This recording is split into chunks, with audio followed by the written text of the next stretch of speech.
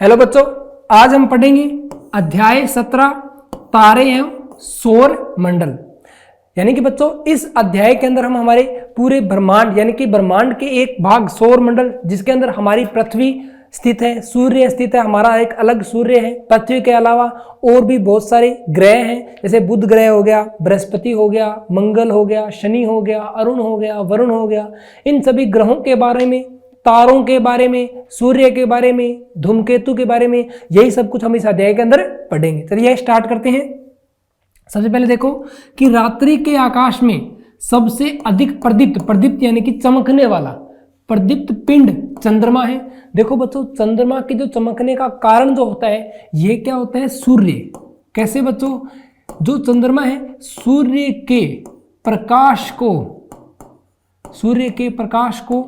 परावर्तित करता है, सूर्य के प्रकाश को परावर्तित करता है और इसके परावर्तन के कारण जो प्रकाश चंद्रमा से परावर्तित होकर हम तक पहुंचता है तो हमें चंद्रमा प्रदीप्त पिंड दिखाई देता है, यानी कि चमकता हुआ दिखाई देता है।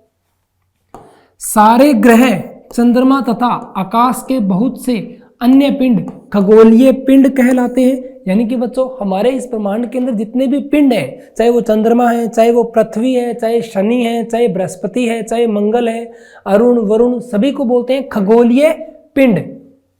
और खगोलीय पिंड और उनसे संबंधित परिघटनाओं के अध्ययन को खगोलिकी कहा जाता है। यानी कि आज हम जो पढ़ने वाले हैं वो खगोलिकी के बारे में पढ़ने वाले हैं। यानी कि हम हमारे इस सौर मंडल में आने वाले ग्रहों के बारे में जानेंगे कि कौन सा ग्रह सूर्य से कितनी दूरी पर स्थित है, कौन सा ग्रह किस नंबर पर स्थित है, किस ग्रह का द्रव्यमान, आयतन, इन सब चीज़ों के बारे में हम यहाँ देखेंगे। सबसे पहले अपने बात करते हैं चंद्रमा की। बच्चों चंद्रमा जो है यह एक उपग्रह है और यह उपग्रह है हमारी पृथ्वी का। एक तो होता है बच्चों ग्रह, एक होता है उपग्रह। ग्रह तो बच्चों वो होता है जो सूर्य की परिक्रमा करते हैं, जो सूर्य की परिक्रमा करते हैं उन्हें कहते हैं ग्रह, और जो ग्रहों की परिक्रमा कहते हैं उन्हें कहते हैं उपग्रह। जैसा कि आपको पता है चंद्रमा जो है यह पृथ्वी की परिक्रमा करता है, पृथ्वी की परिक्रमा करता है और इसी के कारण इसे चंद्रमा को क्या कहा जाता है? उपग्रह कहा जाता है। ऐसे बहुत से उपग्रह जो मानव द्वारा प्रक्षेपित किए जाते हैं, इसलिए उन्हें कृत्रिम उपग्रह भी कहा जाता है, क्योंकि जो मानव द्वारा अंतरिक्ष में भेजे जाते हैं, या ऐसे में बोलूं कि जो सैटेलाइट जो भेजे जाते हैं उन्हें भी हम कृत्रिम उपग्रह ही कहते हैं।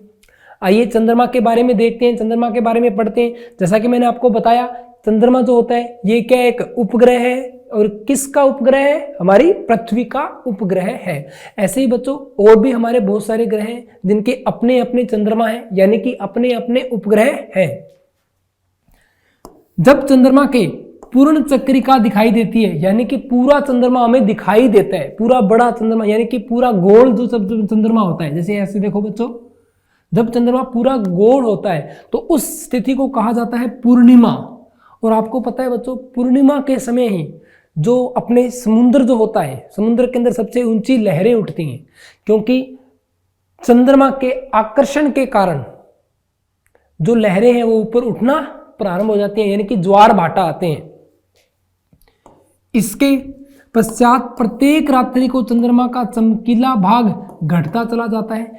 पूर्णिमा के दिन सबसे अधिक चमकीला भाग होता है और पूर्णिमा से लगातार घटता जाता है और ठीक 15 दिन बाद यानी कि 15वें दिन चंद्रमा दिखाई नहीं पड़ता, और इस दिन को क्या कहते हैं? अमावस्या कहते हैं। तो अभी तक हमने दो चीजों के बारे में पढ़ा बच्चों, एक तो थी पूर्णिमा और एक थी अमावस्या। पूर्णिमा का मतलब जब चंद्रमा पूरा दिखाई दे उसे तो कहते हैं पूर्णिमा, और अमावस्या का मतलब जब चंद्रमा दिखाई ही ना दे। अब जैसे कि पूर्णिमा के बाद धीरे धीरे घटता चला गया, ऐसे ही अमावस्या के बाद धीरे धीरे बढ़ता चला जाएगा, इसका उल्टा। तो अगले दिन चंद्रमा का एक छोटा सा भाग आकाश में दिखाई देता है, इसे बाल चंद्र कहते हैं। इसके पश्चात फिर प्रतिदिन चंद्रमा बड़ा होता जाता है और 15 दिन बाद एक बार फिर से हमें चंद्रमा का पूरा दृश्य देखते हैं। यानी कि एक पूर्णिमा से पूर्णिमा तक चलने में कुल कितने दिन लगे बच्चों? 30 दिन। 15 प्लस 15, यानी कि 15वें दिन के बाद क्या आई थी? अमावस, और उससे 15 दिन के बाद क्या आई? पूर्णिमा। यानी कि चंद्रमा का पूरा जो स्वरूप होता है हर एक 30वें दिन दिखाई पड़ता है। आगे बढ़ते हैं, चंद्रमा के पृष्ठ की बात करते हैं। जैसा कि बच्चों आपको पता है मानव आज चंद्रमा तक पहुंच चुका है, तो हमने चंद्रमा को देखा भी है, हम चंद्रमा के ऊपर उतरे भी हैं, तो हम देखते हैं कैसा वो दिखाई देता है, उसके ऊपर क्या क्या चीजें हैं क्या नहीं है। अंतरिक्ष यात्रियों ने चंद्रमा पर कदम रखे तो उन्होंने चंद्रमा के पृष्ठ को धूल भरा। देखो बच्चों, जो चंद्रमा है इसके ऊपर धूल के कण ज्यादा उपस्थित हैं, और ये होता है इसके खुद के, अगर मैं बात करूं गुरुत्वाकर्षण बल के कारण, गुरुत्वाकर्षण बल के कारण चंद्रमा का जो गुरुत्वाकर्षण बल होता है बच्चों, वो पृथ्वी के गुरुत्वाकर्षण बल का 1/6 भाग होता है, और इतना कम होने के कारण यहाँ पूरी की पूरी धूल भरी पड़ी है। क्योंकि बच्चों जो हवा होती है, या मैं से बोलूँ जो धूल या मिट्टी जो होती है, उसका आकर्षण अपनी स्थल से थोड़ा कम होता है, इसीलिए वो पूरा का पूरा किससे भरा हुआ है? धूल से भरा हुआ है।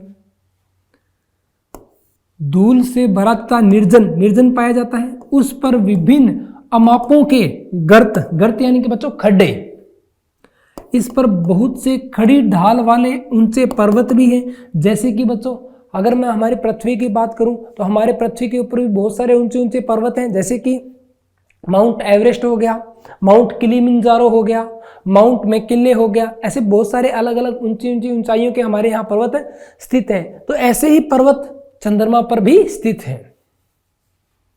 इनमें से कुछ पर्वत तो ऊंचाई में पृथ्वी के सर्वाधिक ऊंचाई के पर्वतों के समान हैं, जैसा कि माउंट एवरेस्ट। अगर मैं पृथ्वी की बात करूं तो पृथ्वी पर सबसे ऊंचाई का जो पर्वत है बच्चों है वो माउंट एवरेस्ट ही है। चंद्रमा पर न तो वायुमंडल है और न ही जल। 21 जुलाई 1969 को अमेरिका के अंतरिक्ष यात्री नील आर्मस्ट्रॉन्ग ने सबसे पहले चंद्रमा पर अपने कदम रखे। अगर बच्चों आपको कोई पूछे कि चंद्रमा पर सबसे पहला कदम किसने रखा था, तो वो थे बच्चों नील आर्मस्ट्रॉन्ग। ये एक अमेरिकी अंतरिक्ष यात्री थे, और ये जिस जहाज से गए थे बच्चों वो जहाज था अपोलो, यानी कि अपोलो जहाज में बैठकर ये चंद्रमा पर गए थे।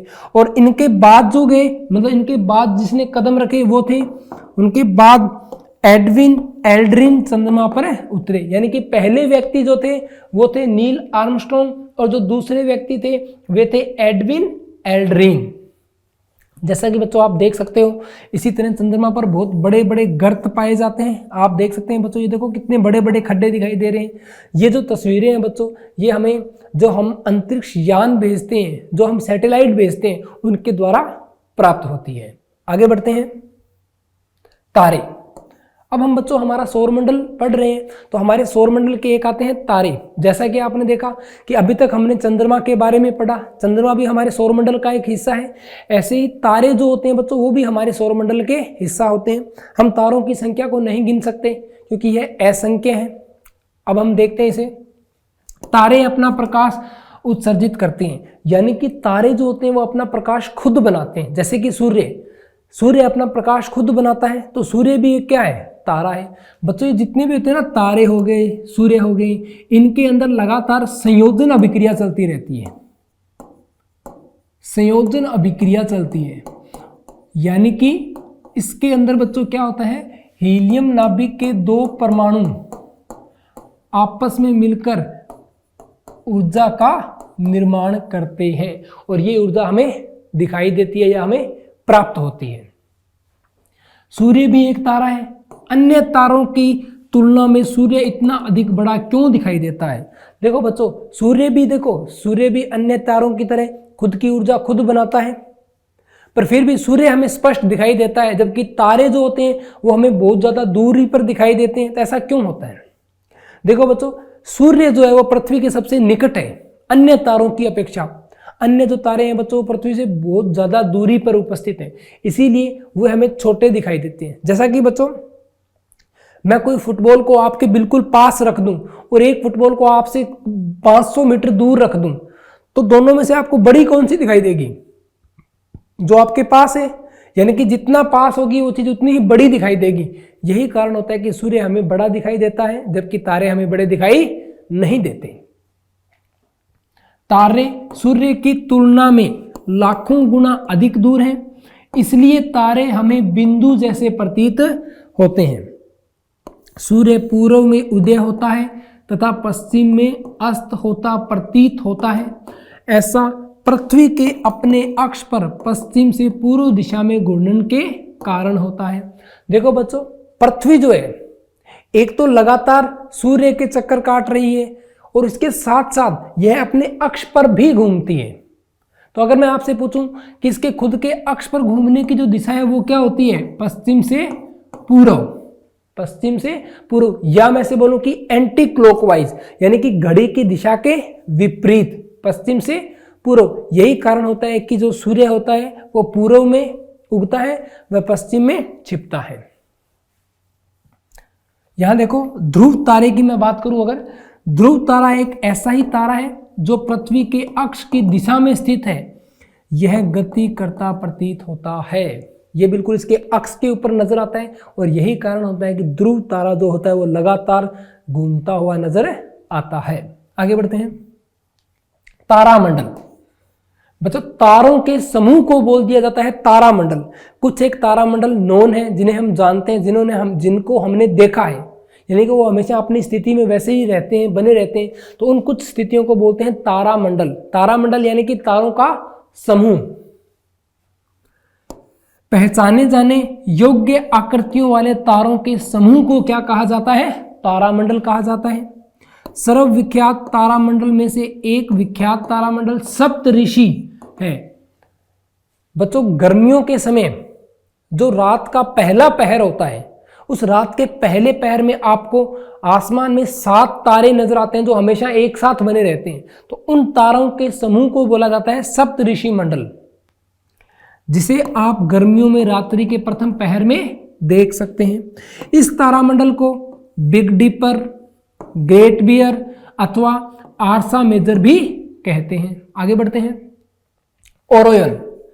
बच्चों, जैसे तारामंडल की अगर अपने बात कर रहे हैं, जैसे सप्तऋषि की मैंने बात की तो वो क्या था? एक तारामंडल।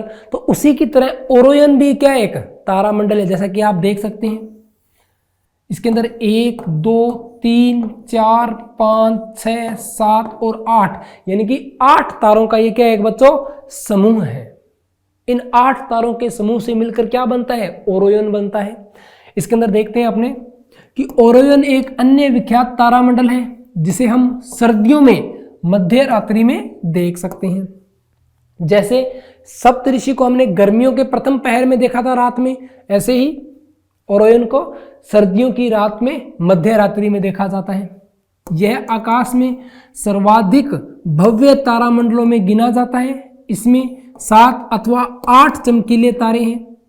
ओरियन को शिकारी भी कहते हैं, क्योंकि बच्चों देखो, ये जो 3 तारे हैं ये ऐसा लगता है जैसे किसी शिकारी ने बेल्ट पहन रखा हो।